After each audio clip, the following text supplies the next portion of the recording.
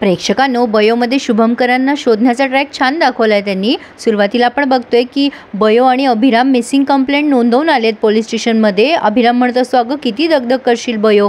बयो म्हणत असते, अरे बाबा शोधेपर्यंत दगदग करायलाच हवी, तेवढ्यात पप्पू चोर दिसतोय। बयो म्हणते, मी जिथे जिथे जाते तिथे तिथे तू कसा असतोस रे। पप्पू म्हणतो, काय आहे ना, या पोलीसवाल्यांना माझा चेहरा बघितल्याशिवाय त्यांचा दिवस चांगला जात नाही ग बयो। म्हणजे थोडक्यात काय, हा तिथे हजेरी लावायला आलाय असो, पण बयोला ते कळलंय। पण आता बयो आणि अभिराम दोघं जण ही ठरवतात की ते पोस्टर कुठे कुठे डिस्ट्रीब्यूट करायचे। अभिराम म्हणतो की मी पप्पूला घेऊ का सोबत। बयो म्हणते, घे ना, काही हरकत नाही आहे, मी कॉलेजला निघते आणि आपण तिथेच भेटूयात। आता अभिराम म्हणतो, ठीक आहे, काही हरकत नाही आहे। आता बयो निघून गेल्यावर पप्पू म्हणतो, कुठे कुठे लावायचे सांगा बरं पटकन पोस्टर। अभिराम म्हणतो, आधी तू हजेरी तर देऊन ये तुझी आतमध्ये, मग आपण जाऊयात। आता तो पप्पू गेलाय आतमध्ये पोलीस स्टेशनमध्ये। बयो घरी आली आहे। सुमन त्याला विचारपूस करते, इरा, आरव आणि गौतमी कुठे आहे। आता ही सुमन म्हणते, तुला खूपच उशीर झाला आज। अगं ती चेटकीण आहे ना, ती मॉर्निंग वॉकच्या नावाखाली गेली आहे हुंदडायला आणि इरा झोपली आहे खोलीत आणि आरव आहेच खोलीमध्ये। आता बयो सहज म्हणते, आत्या असं का ग बोलतेस। सुमन आत्या म्हणते, काय करू ग बयो, इतकी वर्ष बोलताच आलं नाही बघ कोणाशी, तू आल्यामुळे ना निदान बोलता तरी येतंय ग, नाहीतर इतके दिवस नुसत्या भिंतीच होत्या बघ। तू असलीस ना की गावातल्या आमराईत बसल्यासारखं थंडगार वाटतं मला। आता बयो म्हणते, आत्या तू हे सगळं राहू दे, तू चल माझ्याबरोबर। आता या दोघी जणी गेल्यात आरवच्या खोलीत आणि बयोने आरवला पोस्टरबद्दल सांगितलं आणि कुठे कुठे लावायचे तेही सांगितलं। आता यांचं बोलणं सुरूच असतं, तेवढ्यात गौतमी मागे येते आणि आरव, बयो आणि सुमन तिघंही घाबरतात। आता काय करायचं सुचत नाही। बयोही घाबरते, पण बयो मात्र खूप हुशार दाखवली आहे प्रेक्षकांनो। ती काय करते, हळूचकून हिच्या लक्षात येणार नाही असं ते पटकन पेपर गोळा करते आणि त्या पलंगाच्या खाली असं लोटून देते आणि कुंचाने ढकलते। गौतमी मग तिला विचारते, काय चाललंय इथे सगळ्यांचं। आता आरव काही बोलणार, तेवढ्यात बयो म्हणते, काही नाही, मी कचरा काढायला आले होते इथे, दुसरं काय चालणार। आता बयो झडता आरवला खुणवते की लक्ष दे म्हणून त्या पेपरकडे। आता आरव मुद्दाम तिथेच बसतोय दिवाणवर खाली। आता ही गौतमी सुमनला विचारते, तू काय करतेस गे इथे, तू पण कचरा काढायला आली होतीस काय। सुमन म्हणते, माझ्या हातात असतं ना तर एवढा मोठा कचरा कधीच बाहेर फेकला असता मी। आता गौतमी म्हणते, काय बोललीस ग। आता सुमन म्हणते, अगं मी कुठे काय बोलते वहिनी, अगं आरवला चहा पाहिजे का ते विचारायला आले होते, त्याला घावणं पण आवडतात ना चहा बरोबर। आरव म्हणतो, हो अगं आत्या, कर मला चहा कर। असं या तिघांनी वेळ मारून दिली आहे। पण आता सुमन निघून जाते कारण गौतमी तिला हकलवून लावते तिथून।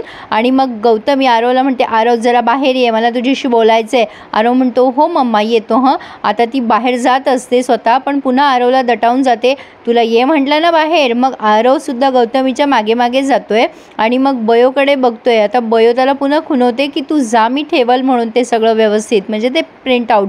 बयोने आता बघितलंय गौतमी गेली आहे बाहेर आणि पटकन तिने दिवाणच्या खाली वाकून ते प्रिंटआउट्स काढलेत आणि हातामध्ये त्याचा रोल केला आहे आणि पटकन किचनमध्ये आली आणि तिच्या त्या सॅकमध्ये टाकून दिलं आहे। सुमन बाहेर बघत असते, कोणी नाही आहे ना। आता ती म्हणते बयोला, बाई बरं झालं त्या चेटकिनीने बघितलं नाही। बयो म्हणते, पण ती एवढ्या लवकर कशी काय आली आज। सुमन म्हणते, काय माहिती कशी काय आली। आता या दोघींचं बोलणंच सुरू असतं। सुमन म्हणत असते, अगं तू बाहेर पोस्टर लावल्यावर तिला कळेलच ना। बयो म्हणते, ते कळू दे, पण उगी कामात आडकाठी करेल ना ती, त्यासाठी नको। आता तेवढ्यात रमाकांत येतोय आणि म्हणतोय, काय खुसूर चालली आहे।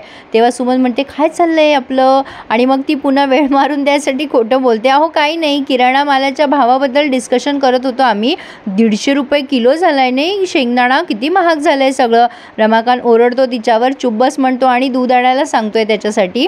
असो, पण आता दुष्यंत आणि गौतमी भेटलेत हॉस्पिटलमध्ये। दुष्यंतने कशी टाईट सिक्युरिटी केली आहे हे गौतमीला समजवतो। गौतमी म्हणत असते, ती बयो ना काही कमी नाही आहे, ही सिक्युरिटी ही फोडायला कमी करणार नाही ती। दुष्यंत म्हणतो, गं गौतमी तू असं एवढं का टेन्शन घेतेस, तू नको एवढं टेन्शन घेऊ। हे बघ तसं पण आता ना सेमिस्टरचे एक्झाम येणार आहेत आणि ती मुलगी आहे ना सरस्वती, ती खूप सिन्सिअर आहे। मला नाही वाटत हे सगळं सोडून ती तिच्या वडिलांना शोधायच्या मागे वगैरे लागेल। तिला जर तिचं नुकसान करून घ्यायचं नसेल तर।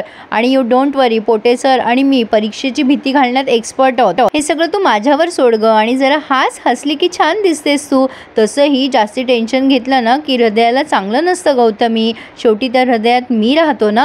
गौतमी बळजबरी हसल्यासारखी हसतीये प्रेक्षकांनो. असो, पण आता दुष्यंत तिला तिथून घेऊन जातात आणि टेन्शन घेऊ नको, रिलॅक्स राहा, आता इथे कोणीच येणार नाही असं व्यवस्थित समजून सांगताय. तर आता पुन्हा बयो आणि अभिराम पप्पू भेटलेत आणि बयोने सांगितलंय की हे कुठे कुठे ते प्रिंट लावायचे आहेत मिसिंगचे. आता हा पप्पू म्हणतो आणखीन एक गर्दीची जागा आहे, ती म्हणजे सुलभ शौचालय. बयो डोक्याला हात लावते आणि म्हणते मला वाटलं आता पोलीस स्टेशनच्या बाहेरही पोस्टर लावतो की काय तू. पप्पू म्हणतो अरे लावायला काही हरकत नाही आहे, पण तिथे त्यांना चाललं पाहिजे ना, म्हणजे लोक आले ना की डायरेक्ट पोलीस स्टेशनमध्येच जातील, म्हणजे तुझ्या वडिलांना कुठे कोणी बघितलं असेल तर. आरव तिथे आलाय. आता ही बयो त्याला म्हणत असते की दादा तू इथे नको येऊस, अरे उगा घरी प्रॉब्लेम होईल, तुला बोलतील सगळे. आरव म्हणतो बोलू दे ग, मला तुला मदत करायची आहे बयो. तर बयो आता ते मिसिंगच्या त्या प्रिंटआउट जे आहेत त्या सगळ्या डिस्ट्रीब्यूट करते, अभिरामला देते आणि त्याला पिक्चर नाटकांच्या तिथे लाव असं म्हणते. आणि या पप्पू चोरला रेल्वे स्टेशन बस स्टँडला आणि राहिलेली पोस्टर ही बयो आणि आरव दोघं मिळून चिटकवत आहेत, काही या ठिकाणी आणि काही त्यांच्या कॉलेजच्या बाहेर. आरव सहज फोटोकडे बघत राहतो. बयो त्याच्याकडे बघून स्माईल करते आणि म्हणते दादा तू काळजी करू नकोस, बाबा लवकरच सापडतील. आता तिला भास होतोय शुभमकरांचा पुन्हा एकदा आणि शुभमकर तिला ऑल द बेस्ट देत आहे असं तिला फील होत आहे, म्हणून ती स्माईल करत असते. आरव तिच्याकडे बघतो आणि म्हणतो काय ग बयो, कोणाकडे बघून हसतीयस. बयो म्हणते काही नाही रे दादा, आपले बाबा आता लवकर भेटतील ना, या कल्पनेनेच मला खूप आनंद होतोय. कधी त्यांना भेटू आणि कधी नाही असं झालंय, तुला पण असंच होत असेल ना. आरव नुसता हूँ म्हणतो आणि मग हे दोघेही जण ते राहिलेले पोस्टर चिटकवायसाठी म्हणून निघाले आहेत. आणि आता काही कॉलेजच्या बाहेर त्यांनी पोस्टर चिटकवले आहेत. तितक्यात तिथे राजाभाऊ येतात, म्हणजे यांच्या कॉलेजचे जे पिऊन दादा आहेत ना ते, आणि त्या फोटोला बघून म्हणतात काय ग तुम्ही इथे काय करताय दोघं जण, आणि हा फोटो कोणाचा आहे हा फोटो. बयो त्यांना सांगते की हा फोटो माझ्या बाबाचा आहे, ते हरवलेत. तर आता ते राजाभाऊ म्हणतात मग तू पोलीस स्टेशनमध्ये कंप्लेंट कर ना. बयो म्हणते खूप वर्ष झालेत राजाभाऊ.